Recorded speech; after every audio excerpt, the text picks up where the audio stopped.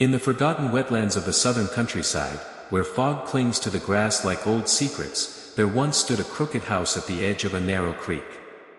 They say the house was cursed. Chickens vanished without a sound. Dogs stopped barking. Children from the village crossed the road rather than walk too close.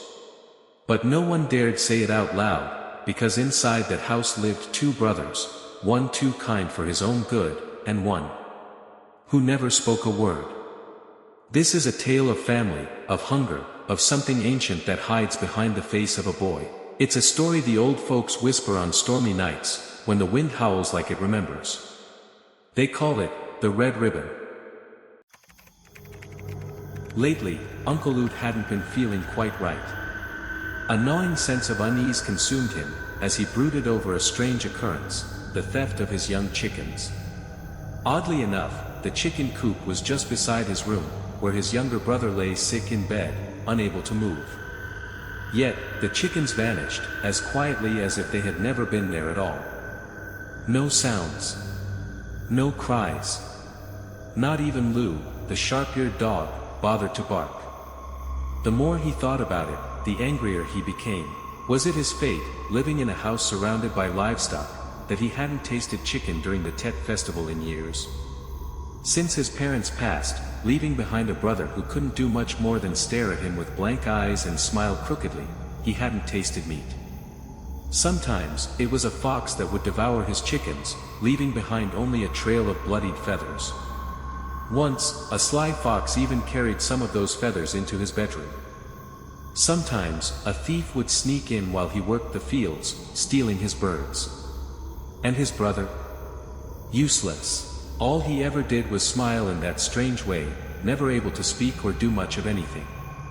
If only he could talk, maybe the foxes would be scared and stay away. But Uncle Oot was reluctant to blame him.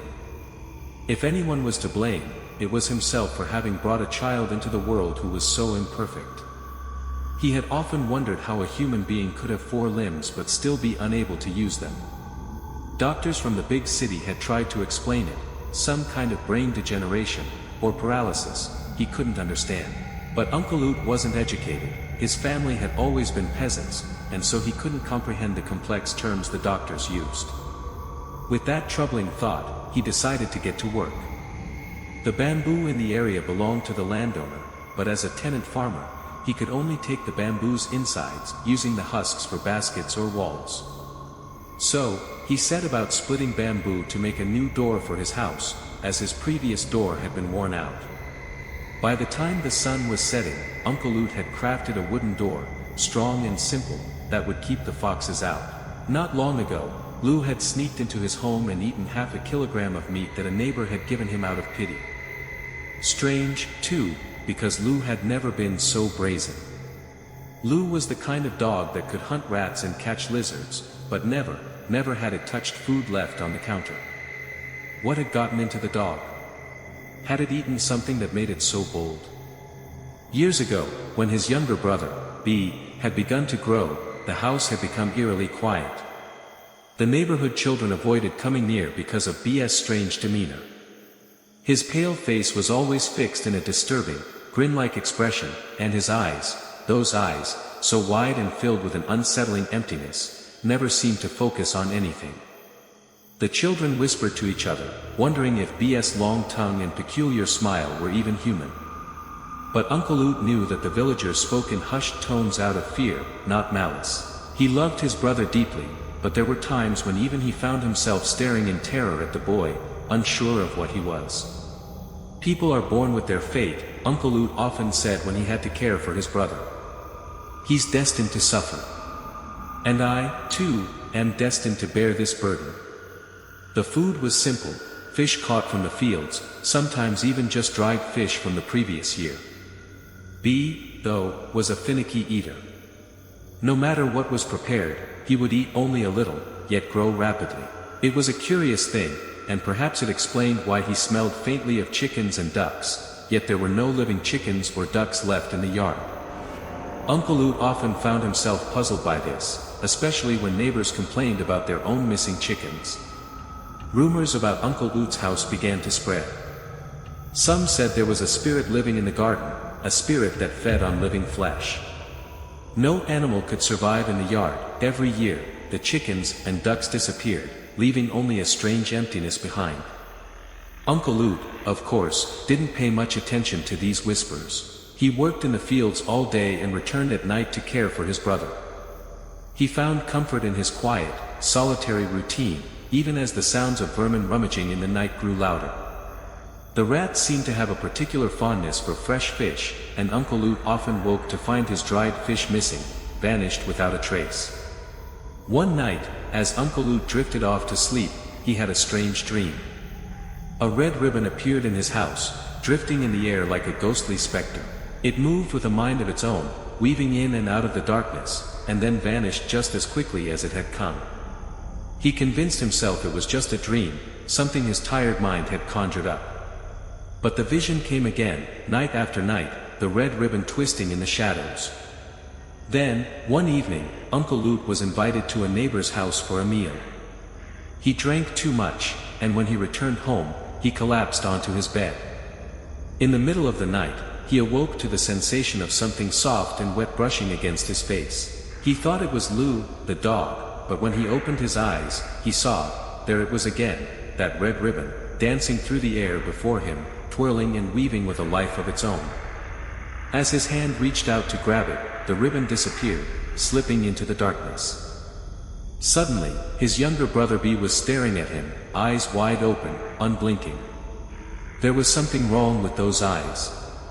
They weren't just pale anymore, they glowed with an eerie, unnatural light, like two fiery orbs in the darkness. Uncle Luke froze in terror, his heart racing. What was happening? Was this his brother, or something else? B. What are you doing? Uncle Luke shouted, but the boy just stared at him, his mouth twitching as if in regret, a strange, childlike disappointment in his eyes. It was as if he had been caught doing something he shouldn't, and now, he was annoyed. Uncle Luke couldn't sleep. His mind was consumed with fear. His brother, once so innocent, was changing before his eyes.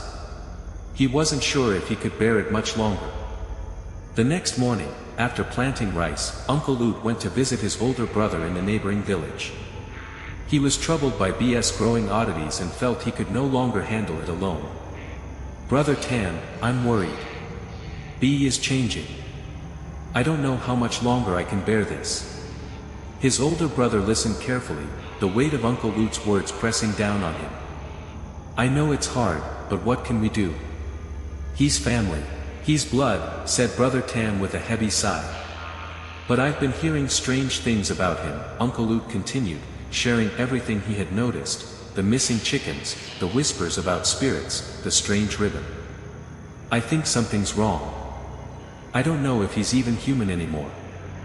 Brother Tam was silent for a moment, then spoke carefully. If you want to know the truth, you'll need to watch him closely. People talk, but who knows what's really happening? You have to observe, quietly, without him knowing. Before Uncle Luke left, Brother Tam handed him a chicken and said, take this home and make yourself some soup. You look pale. But remember, sometimes it's better to know nothing.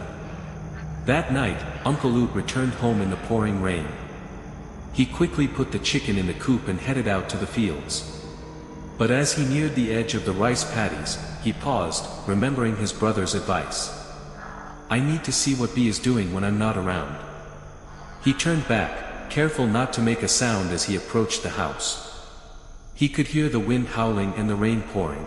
When he reached the door, he saw something that froze him in his tracks. The red ribbon, like a serpent, was dancing around in the kitchen, weaving through the air, taunting him. Heart pounding, Uncle Luke moved closer.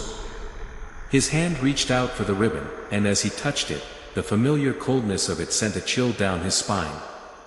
It wasn't a ribbon, it was a tongue. A long, slimy, grotesque tongue, and it was licking the meat that had been left on the shelf. It seemed to savor every bite, devouring the flesh like a child gorging on a treat. The tongue, twisting and writhing, had no end, and it seemed to stretch farther than should have been possible. In that moment, Uncle Luke realized with horror what had been happening all along. His brother, B, wasn't just sick, he was something else, something monstrous. The tongue wasn't just eating the meat, it was feeding on life itself. And then he saw it, the true form of the creature that had taken his brother. It was no longer B. It was something else entirely, something with a hunger that could never be satisfied. The night exploded into chaos. The red ribbon, the tongue, the monstrous creature, it all came crashing down on Uncle Oot. He fought back, but he was too late. The village awoke to the sound of wailing and cries, and when they arrived, they found only ashes. Uncle Oot.